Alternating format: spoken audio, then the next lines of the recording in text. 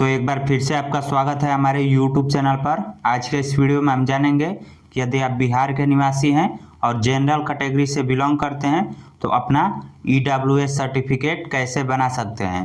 तो इस वीडियो में हम सभी कुछ स्टेप बाय स्टेप जानेंगे। तो चलिए वीडियो को स्टार्ट करते हैं। तो इसके लिए सबसे पहले आपको गूगल में आना है और यहाँ पर सर्च करना है सर्विस प्लस बिहार। उसके बाद पहले नंबर पर जो वेबसाइट आएगा इसको आपको ओपन कर लेना है।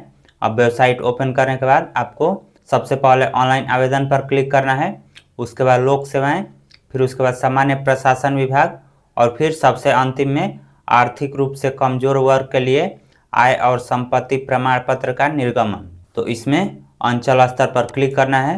अब क्लिक करते ही इस प्रकार से आवेदन फॉर्म खुल जाएगा, जहां पर आपको सबसे पहले अप्लीकेंट डिटेल्स यानी कि अपना विवरण भरना है।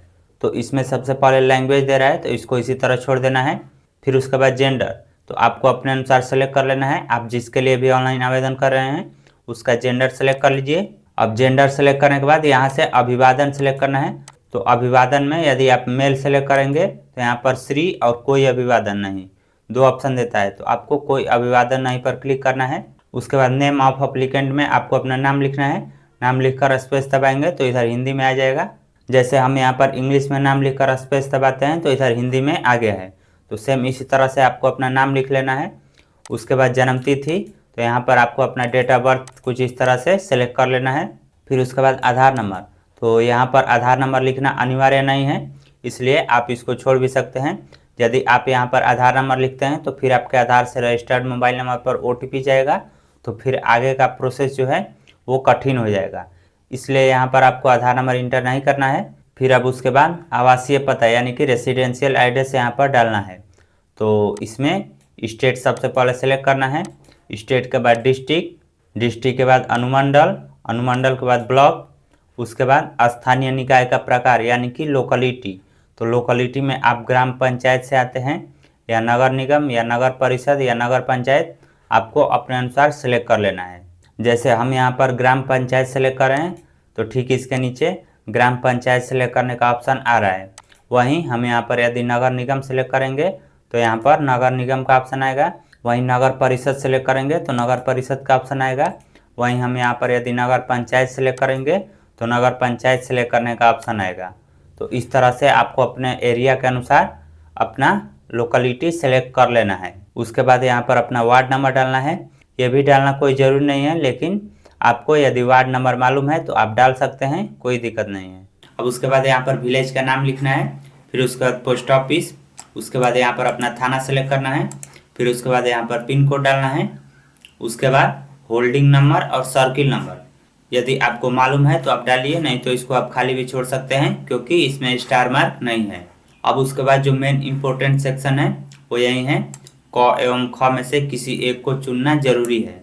तो क में दिया गया है कि केंद्र हेतु अधिसूचित अन्य पिछड़ा वर्ग यानी कि OBC एवं बिहार हेतु अधिसूचित अनुसूचित जाति, अनुसूचित जनजाति, पिछड़ा वर्ग तथा अत्यंत पिछड़ा वर्ग की सूची में सूचीबद्ध नहीं है।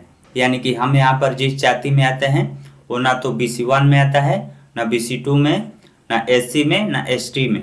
तो इसलिए ये जो पहला ऑप्शन है वो सिलेक्ट करना है। वहीं जो दूसरा ऑप्शन है इसमें ये बताया गया है कि आपका जो जाति है वो बिहार के SC ST कैटेगरी में तो नहीं आता है, लेकिन BC या EBC कैटेगरी में सूचीबद्ध है। लेकिन केंद्र सरकार द्वारा बिहार का जो OBC कैटेगरी है उसके तहत सूचीबद्ध नहीं है, तो आप ये वाला ऑप्शन सिलेक्ट कर सकते हैं। लेकिन ज़्यादातर केस में जो पहला ऑप्शन है वही सिलेक्ट होता है। तो इसलिए यदि आपको इन दोनों में अंतर नहीं समझ में आ रहा है तो आप पहला ऑप्शन ही सिलेक्ट कीजिए। उसके बाद यहाँ पर अपना जाति सिलेक्ट कर लेना है। आप इनमें से किस जाति में आते हैं आपको अपना जाति सिलेक्ट कर लेना है। वहीं आप जिस जाति से आते हैं उसका नाम यहाँ पर लिस्ट में नहीं है तो आप अन्य सिलेक्ट करके अपने जाति का नाम यहाँ पर लिख सकते हैं। उसके बाद यहाँ पर अपने पिता का नाम लिखना है। इंग्लिश में नाम लिखकर स्पेस दबाएंगे तो इधर हिंदी में आ जाएगा। फिर उसके बाद यहाँ पर अपने माताजी का नाम लिखना है। उसके बाद नेम ऑफ हस्बैंड या वाइफ, तो यदि आप किसी शादीशुदा कैंडिडेट का यहाँ पर EWS सर्टिफिकेट बना रहे हैं तो उसके ज़रूरत के अनुसार यहाँ पर हस्बैंड या वाइफ का नाम लिख सकते हैं, नहीं तो इसको खाली भी छोड़ सकते हैं, कोई दिक्कत नहीं है क्योंकि इसमें स्टार मार्क नहीं है। अब उसके बाद आवेदक का मोबाइल संख्या यानी कि यहाँ पर अपना मोबाइल नंबर डालना है। आप जैसे ही नंबर डालेंगे तो आपके नंबर पर OTP कोड जाएगा, तो वो OTP कोड डालकर यहाँ पर वेरीफाई कर लेना है। फिर उसके बाद आवेदक का ईमेल आईडी, तो यहाँ पर यदि आपके पास ईमेल आईडी है तो आप डाल सकते हैं, नहीं तो इसको खाली भी छोड़ सकते हैं, कोई दिक्कत नहीं है। अब उसके बाद आवेदक का स्व अभिप्रमाणित फोटो, तो आपको एक पासपोर्ट साइज फोटो पर अपना सिग्नेचर करना है और सिग्नेचर करके फिर उसको स्कैन करना है और स्कैन करके यहाँ पर अपलोड कर देना है। फिर उसके बाद परिवार का कुल आय, तो आपके परिवार का कुल वार्षिक आय कितना है यहाँ पर डालना है। यहाँ पर जो आय होना चाहिए वो 8 लाख से ज़्यादा नहीं होना चाहिए, ठीक है। तो आपको अपने ज़रूरत के अनुसार आपका जितना भी आय है यहाँ पर डाल देना है। फिर उसके बाद यहाँ पर सेल्फ डिक्लेरेशन आ जाएगा, जिसमें आपने जो भी डिटेल्स भरा होगा वो सभी यहाँ पर आ जाएगा। अब उसके बाद इसको एक बार पढ़ लेना है और फिर यहाँ पर टिक करना है। टिक करने के बाद नीचे स्क्रॉल करना है, फिर यहाँ पर कैप्चा कोड डालना है। कैप्चा कोड डालने के बाद अंतिम में सबमिट पर क्लिक करना है। अब सबमिट पर क्लिक करते ही इस प्रकार से डिटेल्स आएगा, जहाँ पर आपको अटैच पर क्लिक करना है। अब अटैच पर क्लिक करते ही यहाँ पर डॉक्यूमेंट सेलेक्ट करने का ऑप्शन आएगा, जहाँ से आप इनमें से कोई भी एक डॉक्यूमेंट सेलेक्ट कर सकते हैं। तो यहाँ पर आपके पास जो भी डॉक्यूमेंट है आप सेलेक्ट कर लीजिए। हम यहाँ पर आधार कार्ड से ही बनाना चाहते हैं, तो आधार कार्ड सेलेक्ट करेंगे और फिर चूज फाइल पर क्लिक करके अपना आधार कार्ड सेलेक्ट कर लेंगे।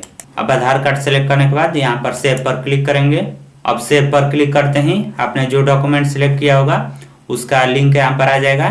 जैसे हमने आधार कार्ड सेलेक्ट किया है तो आधार कार्ड लिखकर यहाँ पर लिंक आ गया है। अब हम इस पर जैसे ही क्लिक करेंगे तो हमने जो भी डॉक्यूमेंट यहाँ पर अपलोड किया होगा वो दिखा देगा। तो इस तरह से आप चेक भी कर सकते हैं कि आपने जो डॉक्यूमेंट यहाँ पर सेलेक्ट किया है वो सही है या नहीं। अब हमारा डॉक्यूमेंट सही है तो फिर हम सबमिट पर क्लिक कर देते हैं। अब सबमिट पर क्लिक करते ही इस प्रकार से रिसीविंग आ गया है। तो हम थोड़ा सा नीचे स्क्रॉल करते हैं। अब नीचे स्क्रॉल करने के बाद एक्सपोर्ट टू PDF पर क्लिक करना है। क्लिक करते ही हमारा जो रिसीविंग है वो डाउनलोड हो चुका है। यहाँ पर आप देख सकते हैं आवेदन की तिथि 28 मार्च है और सेवा प्रदान करने की तिथि 28 अप्रैल है। यानी कि यह EWS सर्टिफिकेट बनने में लगभग 21 दिन का समय लगता है, जिसमें आपका डिटेल्स वेरीफाई किया जाता है। तो इस तरह आज के इस वीडियो में आपने जाना कि यदि आप बिहार के निवासी हैं और जनरल कैटेगरी से बिलोंग करते हैं तो अपना EWS सर्टिफिकेट कैसे बना सकते हैं। तो यदि आपको इससे रिलेटेड कोई क्वेश्चन पूछना है तो कमेंट करके पूछ सकते हैं। वीडियो पसंद आई हो तो इसे शेयर भी ज़रूर करें और ऐसे ही और भी वीडियो देखने के लिए इस चैनल को सब्सक्राइब कीजिए।